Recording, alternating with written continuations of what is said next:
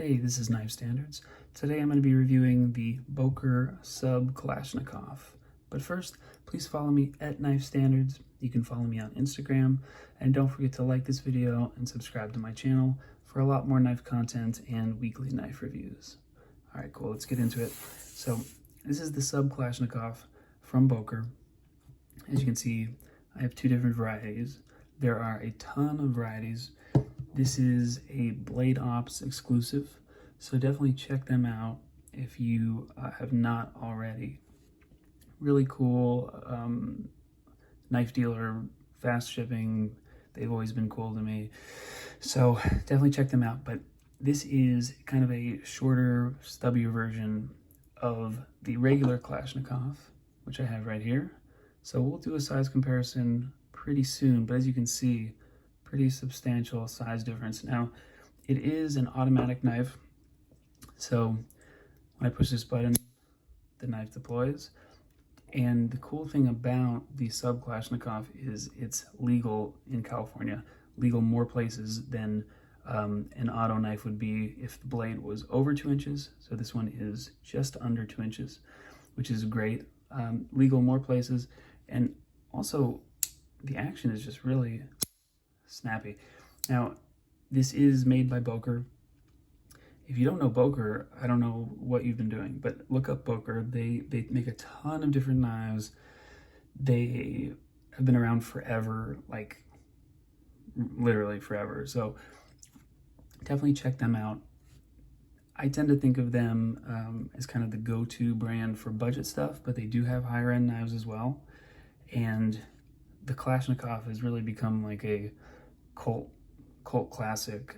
So I wanted to do a review of these smaller guys because when I posted this on my Instagram, a lot of you had never seen them before. So I definitely wanted to show everybody the Sub Kalashnikov, and they really are two of my favorite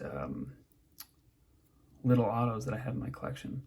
Now let's go ahead and see the action again.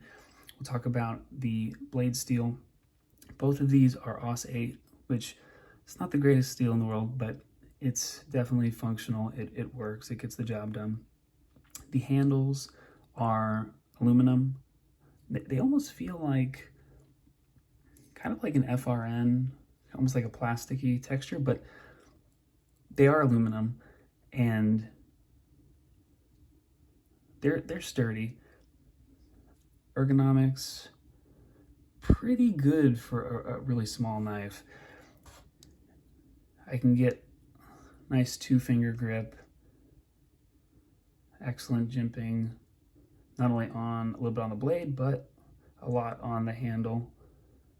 They do have a ton of varieties of the Sub Kalashnikov. They have different colors. I know they have a camo one. I think they also have one that comes in S30V, which is a little bit more expensive.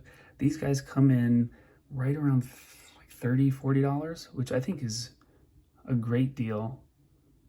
Let's go ahead and do a quick size comparison.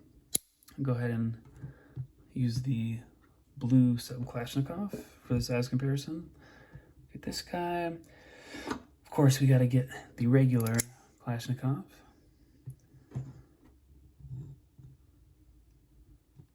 Yeah, I'll get it right there. Handle to handle. Now, what else? One of my standard comparison knives, Benchmade Mini Freak. Let's go ahead and scoot everything down a little bit.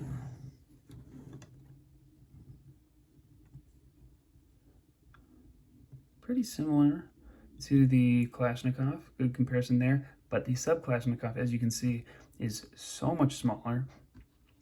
Now let's go ahead and get rid of this guy. I'll keep the regular Kalashnikov there, and let's go ahead and get the mini Kalashnikov.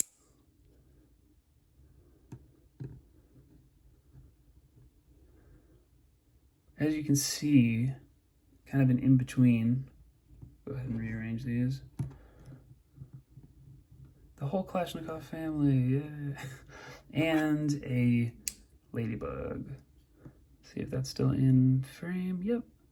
So I'll go ahead and measure these guys up. I know that the Sub Kalashnikov is sub 2 inches, and it looks like like 1.98 maybe. We got the Mini Kalashnikov coming in. I know that's over 2 inches. Yeah, it looks like about 2.5. Ladybug, about 1.5.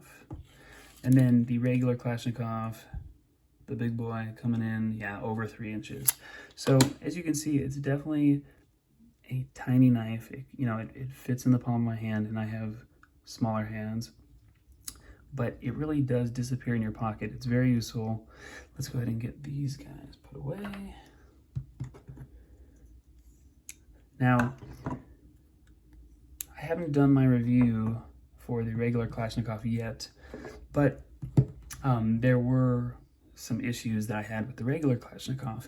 I have not had any issues as far as the excuse me, as far as the deployment, as far as the button, any kind of lockup issues with the Sub Kalashnikov. I have not had. These have been great. They worked really well since I got them, and both of them, I mean, as you can see, look, centering's pretty good. They've really held up, and I use one of them as my kind of package opener, box cutter. Works really well, and they've just kind of been my go-to mini EDC carries for the last couple months. Now let's go ahead and get into a couple of the upsides. Number one, the action is awesome, really snappy. I mean, I'm sure you can hear that. Boom. The action is great. It actually reminds me of a ProTech snap. It's that same really powerful auto action. So that's a huge upside. Another upside is the ergonomics.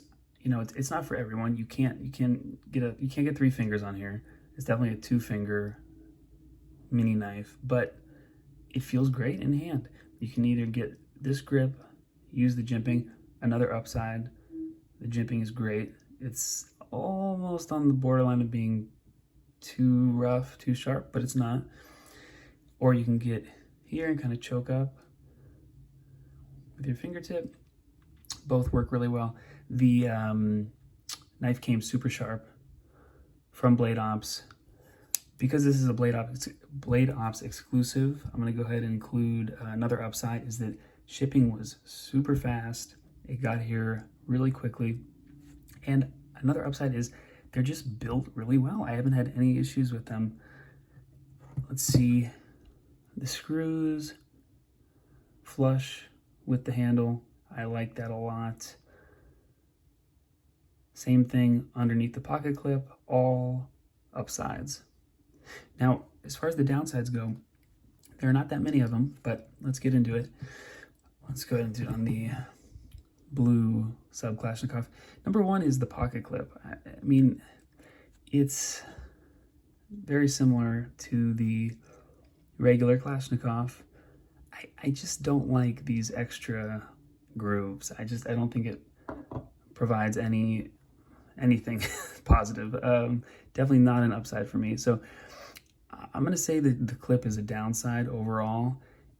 It's fine when you're carrying it. You don't really notice, but it's just, I feel like these are unnecessary. And also,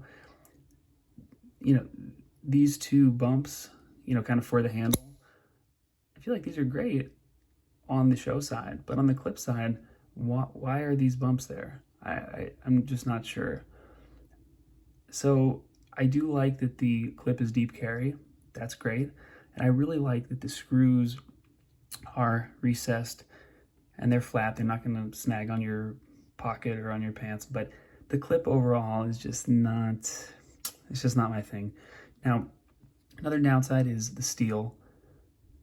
This one comes in AUS 8. Most of them come in AUS 8, but they do have a D2 option and they do have an S30V option, which both sound great.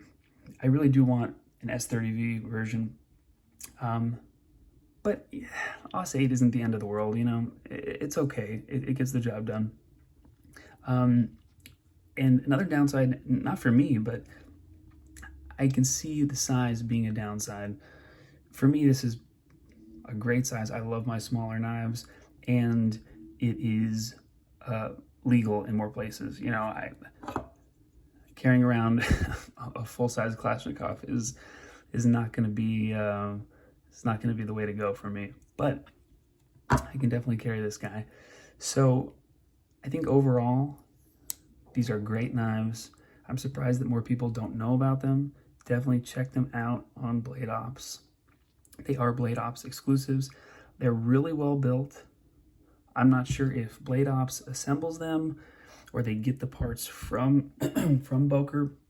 Excuse me. But they're really sturdy.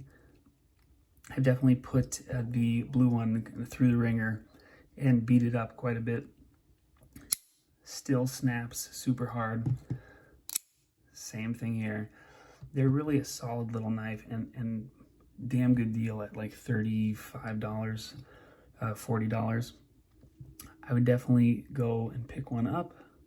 And let me know what you think of this. Comment or check out my Instagram and let me know there. But they're just really good, solid little knives. Thank you guys for watching. I really appreciate all the support. Catch you guys soon. This has been Knife Standards.